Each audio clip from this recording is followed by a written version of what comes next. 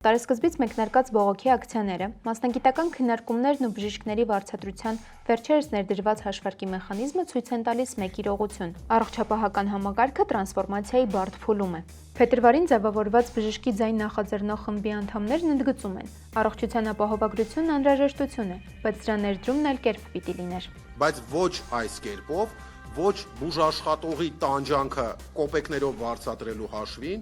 ոչ այն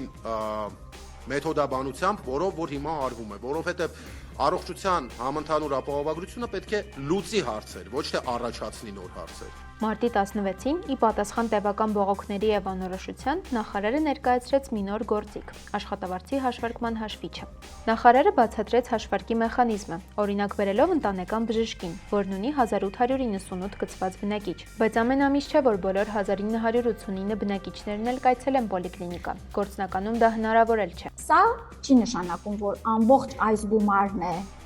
ուրեմն բժշկի աշխատավարձը, այստեղից իհարկե կան այլ վարչական եւ այլ ծախսեր, որը ամեն ամբուլատորիայում տատանվում է, սա արդեն անհատապես դուք ինքներդ պիտի իմանաք, որ հատվածն է գնում ուրեմն բժշկին եւ որ հատվածը մնում այլ ծախսերը հոգալու համար։ Այսինքն հաշվիչը ցույց է տալիս բժշկական հաստատության ստացած ընդհանուր գումարը, բայց բժշկի բուն աշխատավարձի հստակ չափը չի նշվում։